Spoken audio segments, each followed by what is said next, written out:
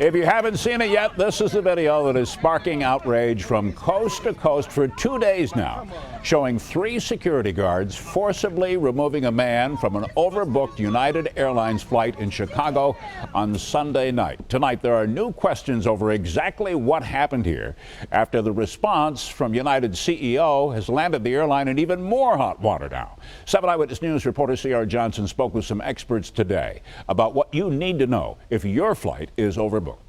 It's the video seen around the world. A man being forcibly removed from a United Airlines flight bound for Louisville, Kentucky. The airline explaining they overbooked the flight and 4 passengers had to go to make room for airline employees. That issue raising questions about the age-old concept. Why are flights overbooked to start with? Airlines historically have overbooked flights.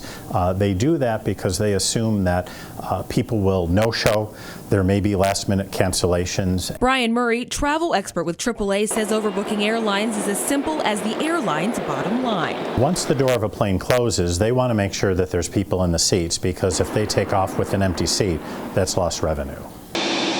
Murray says it's typically legacy airlines such as United, American, and Delta that overbook flights. He says budget airlines like Southwest and JetBlue typically fill seats to capacity. But this travel expert says when a flight is overbooked, an airline will typically start by asking for volunteers before the flight boards to move to another flight.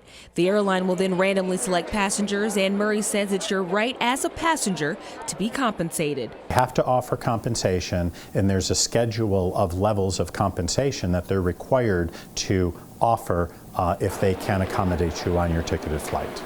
Murray says an algorithm takes ticket costs, status on an airline, and frequent flyer miles, among other things, into consideration when randomly deciding who is bumped from a flight.